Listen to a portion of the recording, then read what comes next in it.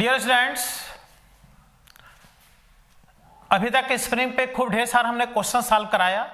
पूरे 3 लेक्चर हमने क्वेश्चन कराया है स्प्रिंग पर। अब आज वेरी इंपॉर्टेंट कॉन्सेप्ट हम लोग पढ़ने वाले हैं। देख रहे हो, to cut a spring, very important concept. Spring को कट करना, स्प्रिंग को कट करने के बाद से उसका स्प्रिंग कांस्टेंट क्यों चेंज हो जाता है, क्योंकि हमने बताया था कि स्प्रिंग का स्प्रिंग कांस्टेंट उसके नेचुरल लेंथ के इनवर्सली प्रोपोर्शनल होता है। और नेचुरल लेंथ बेटा कभी भी एक्सटेंशन और कंप्रेशन से प्रोड्यूस नहीं होता। नेचुरल लेंथ कभी भी एक्सटेंशन कंप्रेशन से चेंज नहीं होता। नेचुरल लेंथ चेंज होता है स्प्रिंग को कट करने से या स्प्रिंग के सीरीज और पैरेलल कॉम्बिनेशन से। तो सीरीज पैरेलल कॉम्बिनेशन वो हम लोग सिंपल हार्मोनिक मोशन टॉपिक में जब स्प्रिंग फिर से पढ़ते हैं, वहां पर स्प्रिंग में और पढ़ना होता है। जब सिंपल हार्मोनिक मोशन पढ़ते हैं तो वहां पर बेटा सीरीज और पैरेलल कॉम्बिनेशन आप स्प्रिंग पढ़ा जाता है, बहुत इंपॉर्टेंट होता है। लेकिन यहां चूंकि जब स्प्रिंग को कट कर दोगे तो जाहिर है कि उसका नेचुरल लेंथ कम हो जाएगा। और चूंकि स्प्रिंग कांस्टेंट नेचुरल लेंथ के इनवर्सली होता है, तो जिस रेशियो में स्प्रिंग का लेंथ कम करोगे उसी रेशियो में के बढ़ेगा। तो याद रखना, कभी भी कहे कि स्प्रिंग को हमने कट कर दिया, कट करने के बाद से उसका स्प्रिंग कांस्टेंट बताओ, तो याद रखना कि कट करने के बाद से बेटा स्प्रिंग कांस्टेंट हमेशा जो वैल्यू पहले होगा उससे ज्यादा ही आंसर आएगा। हमेशा ये मन में बैठा लो, हमेशा कट करने के बाद से जितना स्प्रिंग कांस्टेंट पहले था के, उससे ज्यादा ही आंसर हमेशा आता है, कम आंसर कभी नहीं आएगा। एक अगर स्प्रिंग को तुमने 2 पार्ट में कट कर दिया ना, स्प्रिंग कांस्टेंट मान लो इसका के है, 2 पार्ट में कट कर दिया, इस पार्ट का स्प्रिंग कांस्टेंट हो जाएगा 2k, double, just double. 3 equal part में कट कर दिया 3k। तो कहोगे तो बड़ा आसान है, बिल्कुल आसान है, लेकिन दिक्कत तब करेगा जब एक पार्ट छोटा कर देगा, एक पार्ट बड़ा कर देगा। अब निकालो किस रेशियो में लेंथ कट किया है, उसी रेशियो में के बढ़ा दो। ठीक, अब हम बताते हैं इसके क्वेश्चन कैसे सॉल्व होते हैं। बेसिक क्वेश्चन भी कराएंगे और जिस टाइप क्वेश्चंस आते हैं एग्जाम में वो सभी हम सॉल्व कराएंगे।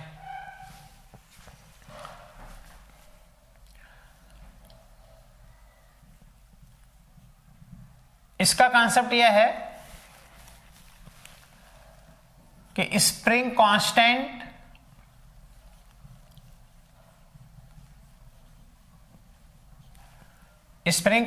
of a spring is inversely proportional to its natural length। देख लो हमने क्या लिखा है, स्प्रिंग कांस्टेंट स्प्रिंग के नेचुरल लेंथ के इनवर्सली प्रोपोर्शनल होता है। दैट इज स्प्रिंग कांस्टेंट के inversely proportional to L naught. L naught is natural length, यानी किसी भी स्प्रिंग का स्प्रिंग कांस्टेंट और उसके लेंथ का मल्टीप्लिकेशन बेटा ये कांस्टेंट होता है। मतलब समझ रहे हो, स्प्रिंग कांस्टेंट उसके लेंथ का मल्टीप्लिकेशन कांस्टेंट होता है। इसका मतलब ये हुआ कि जिस रेशियो में लेंथ को कम करोगे उसी रेशियो में के बढ़ जाएगा, जिससे कि दोनों का मल्टीप्लिकेशन क्या बना रहा है, कांस्टेंट।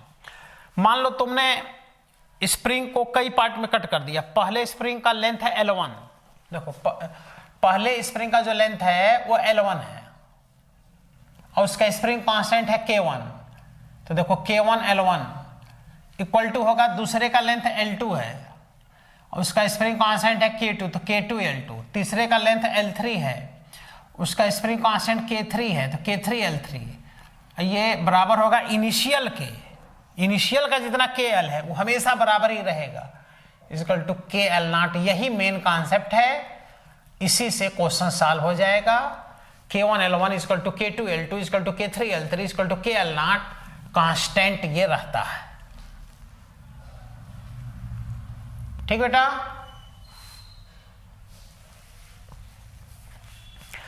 और जैसे हम स्प्रिंग को क्या करते हैं, इक्वल पार्ट में पहले कट करते हैं। जैसे example, first, if A spring, एक स्प्रिंग है, देखो ये स्प्रिंग है इसका स्प्रिंग कांस्टेंट के है, लेंथ एल नॉट है, इज कट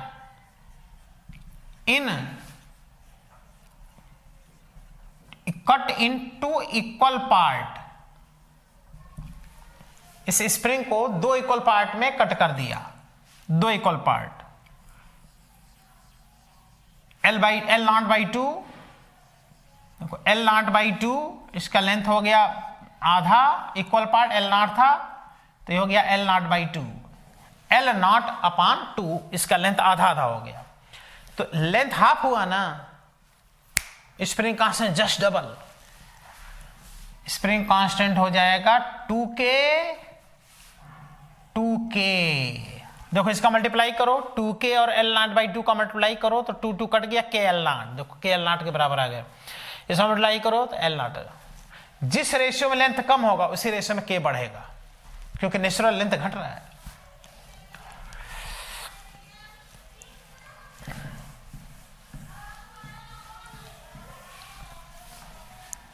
नेक्स्ट कॉन्सेप्ट देखते हैं। आओ,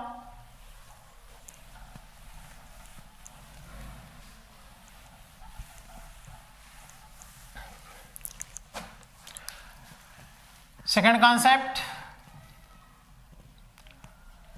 इफ स्प्रिंग, यही spring, if spring cut in 3 equal part, इस स्प्रिंग को 3 इक्वल पार्ट में कट कर लिया। इक्वल पार्ट की हम बात कर रहे हैं इसलिए फट से इसका वैल्यू आ जा रहा है। देखो 3 equal part, L naught by 3, L not upon 3, L not upon 3, जितना लेंथ पहले था एल नॉट उसको देखो 3 इक्वल पार्ट में कट कर दिया। तो बोलो इसका स्प्रिंग कांस्टेंट कितना होगा, सोचो, 3k और 3k। नेट स्प्रिंग कांस्टेंट अब हो जाएगा 3k। अच्छा एक बात बताओ, मान लो उल्टा कहा जाए कि इन तीनों को फिर जोड़ दो आपस में, तो जब जोड़ दोगे तो फिर यही ना हो जाएगा, यही स्प्रिंग। जब तीनों को जोड़ोगे तो फिर स्प्रिंग कांस्टेंट हो जाएगा 3k plus 3k plus 3k। अरे ये तो 9k आ गया। जबकि जब तीनों को आपस में जोड़ दोगे तो लेंथ एल नॉट हो जाएगा, तो स्प्रिंग कांस्टेंट k आना चाहिए, तो 9k आ गया। कुछ उल्टा कहानी नहीं लग रहा है? तो याद रखना, सीरीज में जब इनको जोड़ोगे, ऐसे डायरेक्ट जोड़ दो सीरीज में ना, तो सीरीज में नेट स्प्रिंग कांस्टेंट ऐसे नहीं जुड़ता है। वो पढ़ाएंगे हम सिंपल हार्मोनिक मोशन में, series combination and parallel combination of spring. जब स्प्रिंग पैरेलल में जुड़ता है तब वो होता है k बराबर k1 plus k2 plus k3, और जब स्प्रिंग सीरीज में जुड़ता है तब होता है 1 upon net k equal to 1 upon k1 plus 1 upon k2 plus 1 upon k3। इस तरह से जुड़ेगा जब दोनों तीनों को जोड़ दोगे तो। इसलिए net 1 upon k dash equal to 1 upon 3k plus 1 upon 3k plus 1 upon 3k is equal to 3 upon 3k। 3 से 3 कट गया, 1 अपान k पलट दो, k dash equal to k आ गया कि नहीं आ गया? तो ये भी जानना चाहिए। स्प्रिंग का सीरीज कॉम्बिनेशन पैरेलल कॉम्बिनेशन हम यहाँ नहीं बता रहे हैं। स्प्रिंग का सीरीज पैरेलल कॉम्बिनेशन हम सिंपल हार्मोनिक मोशन बताएंगे, वहाँ खूब क्वेश्चन कराएंगे कि स्प्रिंग जब सीरीज में जुड़ता है तो net spring constant 1 upon k बराबर 1 upon k1 plus 1 upon k2 plus 1 upon k3 होता है। सीरीज में जुड़ने के बाद से स्प्रिंग कांस्टेंट घटता है और पैरेलल में स्प्रिंग कांस्टेंट बढ़ता है। पैरेलल में k बराबर k1 plus k2 plus k3 होता है। जिस तरह से रेजिस्टेंस जुड़ता है उसी के जस्ट अपोजिट स्प्रिंग कांस्टेंट जुड़ता है सीरीज पैरेलल में, रेजिस्टेंस के जस्ट अपोजिट, कैपेसिटर के जैसे। हम इसलिए नाम ले लिए कि बाई चांस तुम कभी सोचो अरे भाई तीनों को जोड़ दो तो फिर k आना चाहिए, तो कहोगे यहाँ 3k plus 3k plus 3k 9k बोल दोगे। इसलिए हम थोड़ा सा हिंट कर दिए कि कभी वो सोचो तो टेंशन ना रहे मन में। ये हो गया ठीक।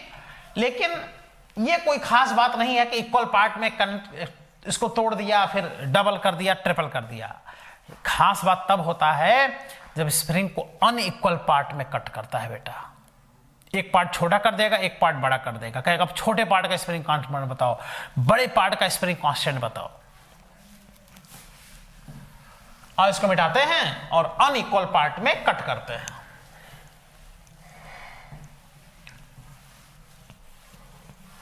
अनइक्वल पार्ट वाला बढ़िया से तैयार कर लेना, बहुत अच्छे से क्वेश्चन डेवलप होते हैं, और इक्वल पार्ट में कट कर दिया तो आसान है, वो तुरंत सॉल्व हो जाता है।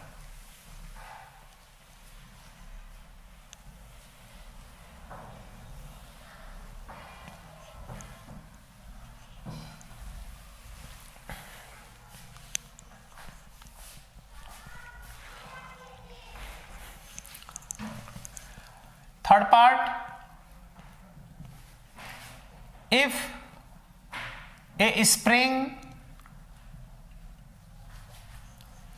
ये स्प्रिंग है, स्प्रिंग कांस्टेंट K है, लेंथ L नॉट है, इज कट, कट मतलब divided in to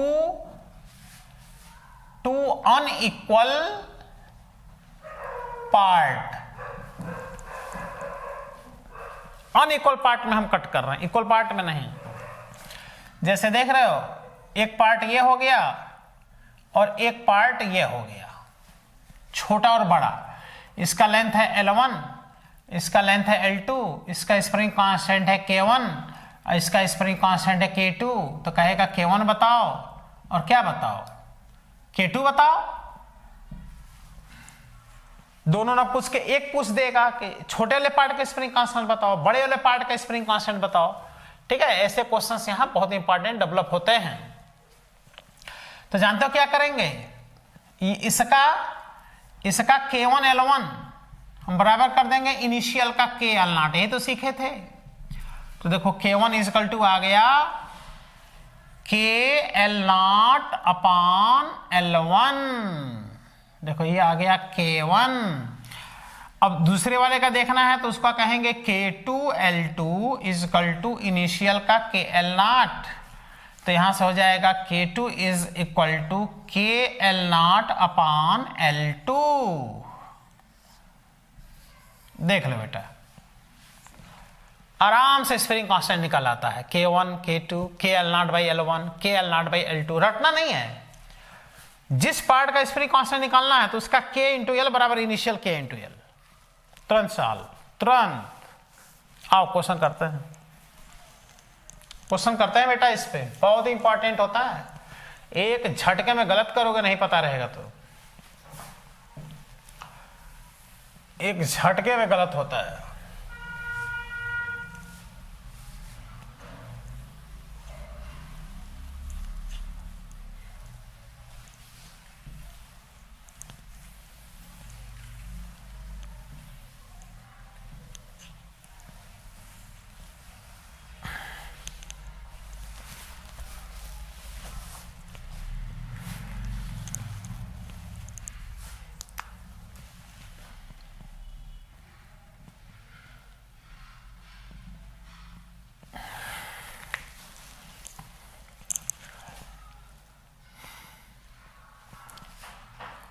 If a spring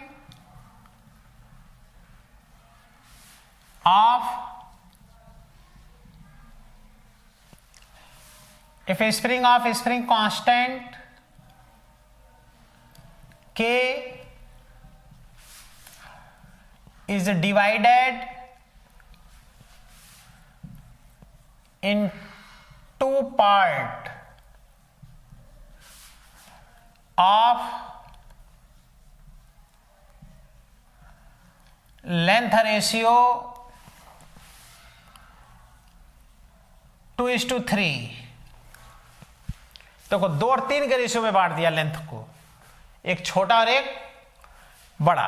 तो एग्जाम में कहेगा find out spring constant of smaller part, या कहेगा find out spring constant of bigger part. हम यहां दोनों का फाइंड करा रहे हैं।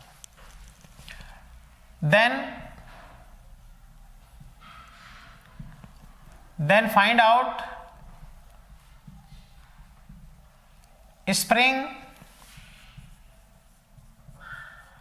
spring constant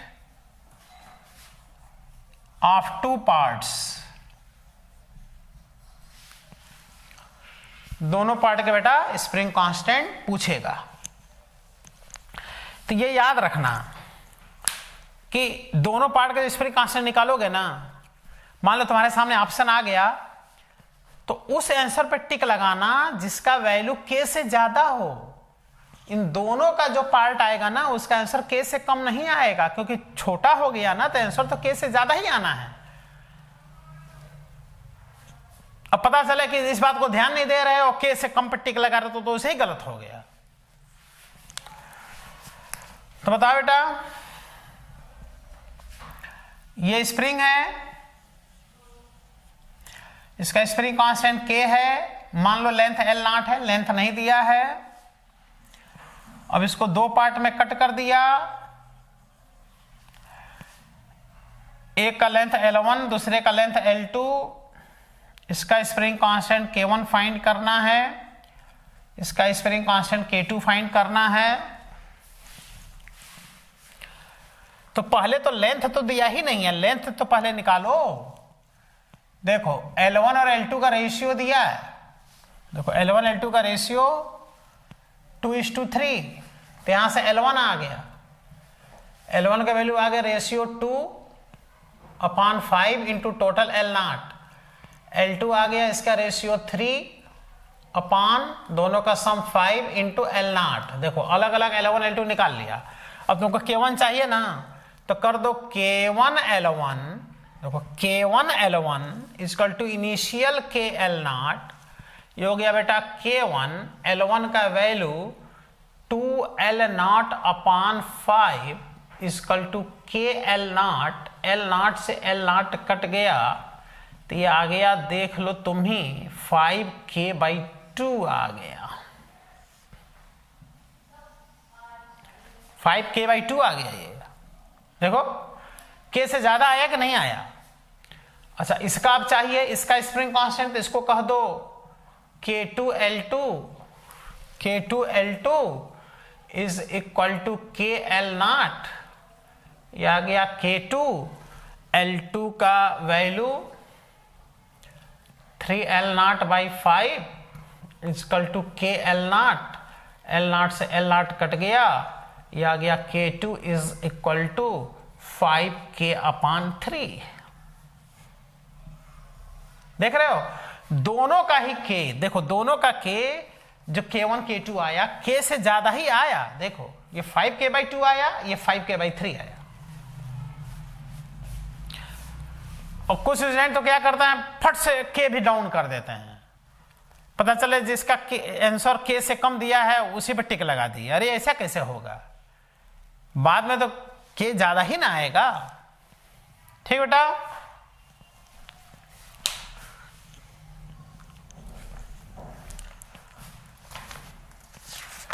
एक क्वेश्चन असाइनमेंट में देखते हैं, सेकंड लेवल में बड़ा अच्छा क्वेश्चन दिया, 18 पूछा गया क्वेश्चन है, छोटा सा 26 नंबर क्वेश्चन सेकंड लेवल का।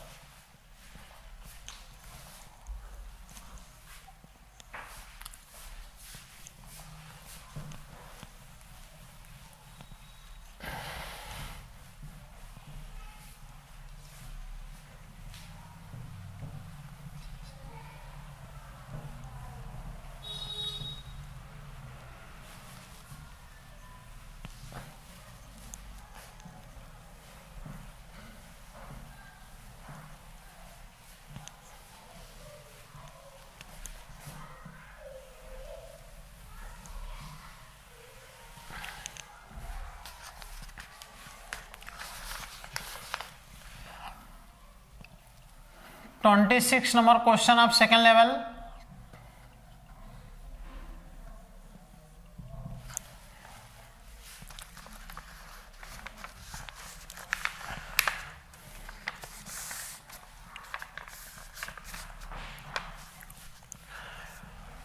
ए स्प्रिंग ऑफ फोर्स कांस्टेंट के इज कट इनटू 2 पीस। कह रहा है ए spring of force constant,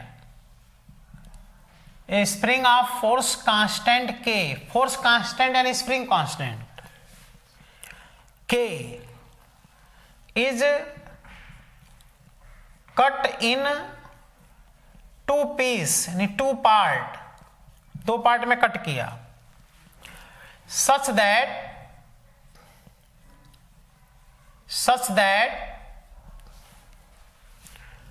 one part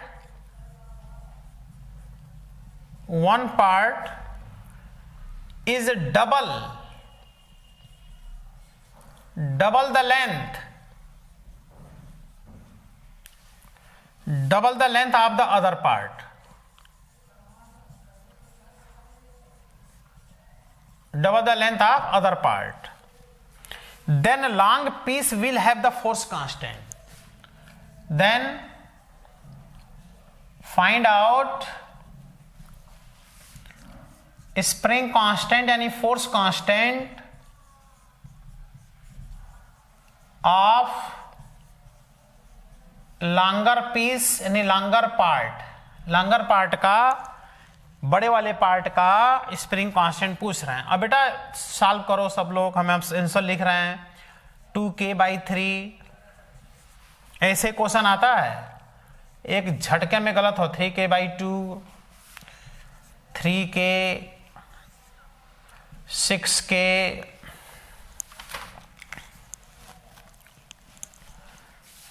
तो देखो पहले स्प्रिंग कांस्टेंट कितना है, देखो के दिया है कि नहीं, तो चाहे छोटे वाला पार्ट का पूछे चाहे बड़े वाला पार्ट का, आंसर के से ज्यादा ही आएगा। के से ज्यादा ये भी है, ये भी है, ये भी, ये नहीं है के से ज्यादा। देखो इस पे तो टिक लगाना ही नहीं है, एकदम गलत है।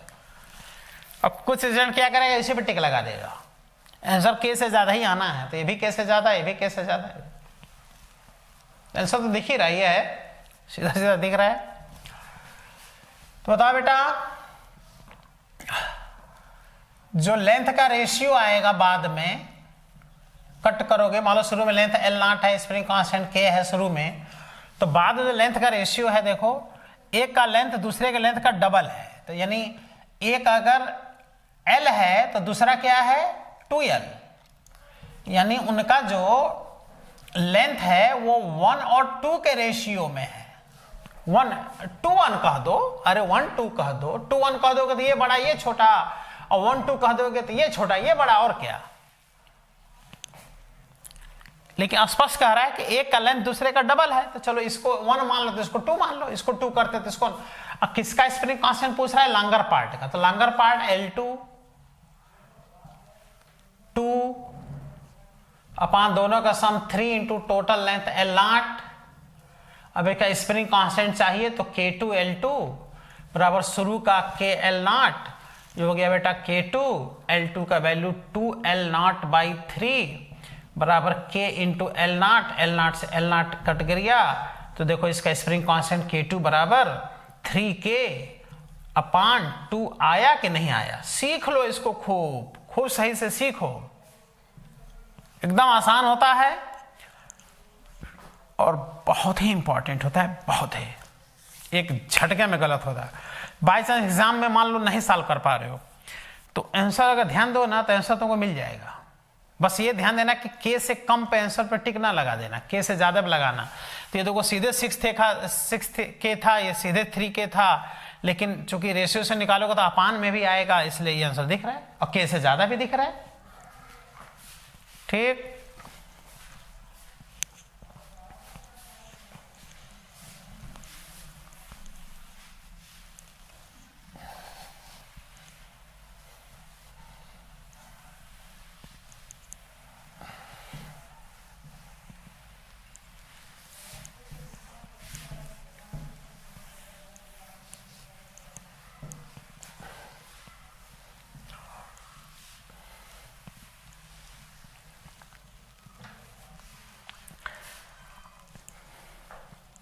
Next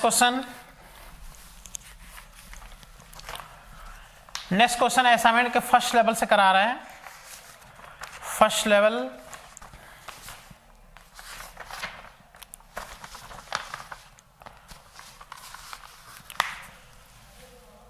(27) number question of first level. ये क्वेश्चन नीट 2017 में पूछा गया क्वेश्चन है। एक स्प्रिंग कांस्टेंट K करें कि स्प्रिंग कांस्टेंट K है, cut into length of the ratio 1:2:3। Oh dear, 3 part में कट कर दिया। Cut in 3 part of length ratio L1 L2 L3 1:2:3। तो 3 पार्ट में कट कर दिया, छोटा, उससे बड़ा, उससे बड़ा। चलो ठीक। They are connected in series and new force constant K dash, then they connected in parallel, new constant is K double dash, K dash upon K double dash. ओहो, अब क्या किया, चलो कट किया। अब जैसे कहता है कि भाई इसका स्प्रिंग कांस्टेंट बताओ, इसका बताओ, इसका, ये तो अलग क्वेश्चन हो गया। अब कह रहा है कि तीनों को कट करने के बाद से फिर तीनों को सीरीज में जोड़ दिया, फिर तीनों को पैरेलल में जोड़ दिया। अब दोनों का रेशियो बताओ। कट करने के बाद जब तीनों को सीरीज में जोड़ा तो K सीरीज बराबर कह रहा है K डैश, फिर तीनों को पैरेलल में जोड़ा तो K पैरेलल बराबर K डबल डैश। तो K डैश और K डबल डैश का बेटा रेशियो पूछ रहा है।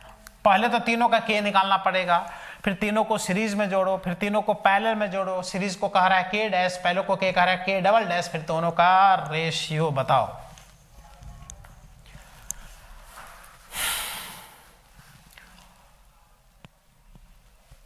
ऑप्शन दिए हैं 1 और 11 का रेशियो,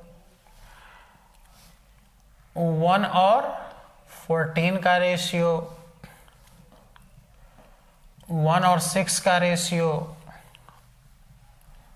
1 और 9 का रेशियो।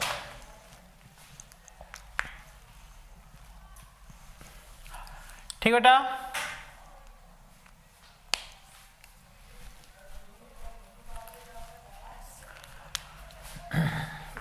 तो फाइंड कर लो।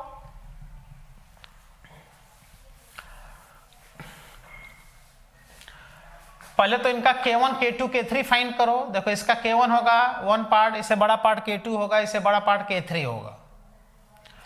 1:3 का रेशियो है, तो K1 जो आएगा K1। अच्छा, अभी जब तुम 2 पार्ट में कट किए थे तो क्या आता था, उसका तीनों का सम, दोनों का सम इंटू K अपान उसका जो रेशियो होता था। तो देखो ये आएगा K1, इसका सम 6K अपान 1। देखो इससे भी डायरेक्ट निकल आता है 6K, वही अलग अलग निकाल के देख लो। K2 आ जाएगा 6K अपान 2 3K। K3 आ जाएगा 6K अपान 2K। ये देखो K1 K2 K3 तीनों अलग अलग आ गया। अब when these 3 part are connected in series, तो सीरीज में कह रहा है K डैश। जब तीनों को फिर जोड़ दोगे तो फिर वही स्प्रिंग हो गया, तब तो फिर K आ गया। जो सीरीज में जोड़ोगे तो फिर K आ गया। और व्हेन पैरेलल, जब पैरेलल में जोड़ोगे तो K डबल डैश कह रहा है। देखो तो पैरेलल में जुड़ता है K1 plus K2 plus K3, तीनों का सम कर दो। 6K plus 3K plus 2K, यह आ गया 11K। अब सीरीज वाला और पैरेलल वाले का रेशियो पूछे हैं, तो K अपान 11K